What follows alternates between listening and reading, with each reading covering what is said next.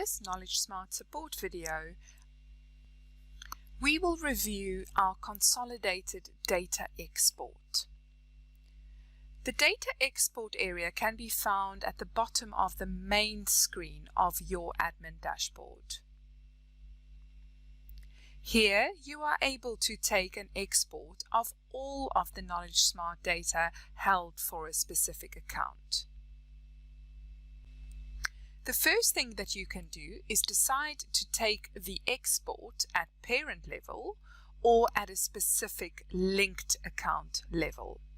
In this case, I'm just going to select all linked accounts.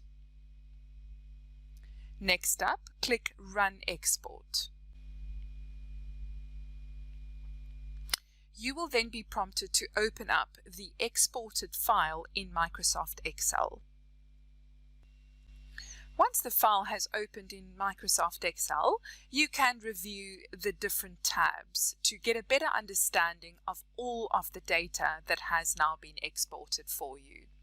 The exported data follows the same journey as the typical user journey.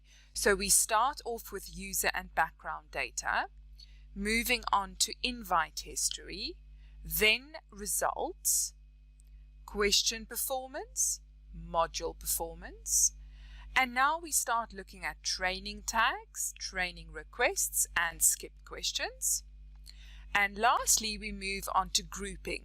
So firstly, your static user groups, your dynamic user groups, and then your result groups. So firstly, your static result groups, then your dynamic groups. And right at the end, you will see some KnowledgeSmart benchmark data.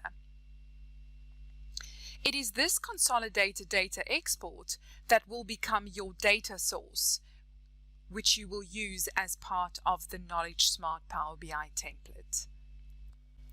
You will notice that the consolidated data export is in read-only file format.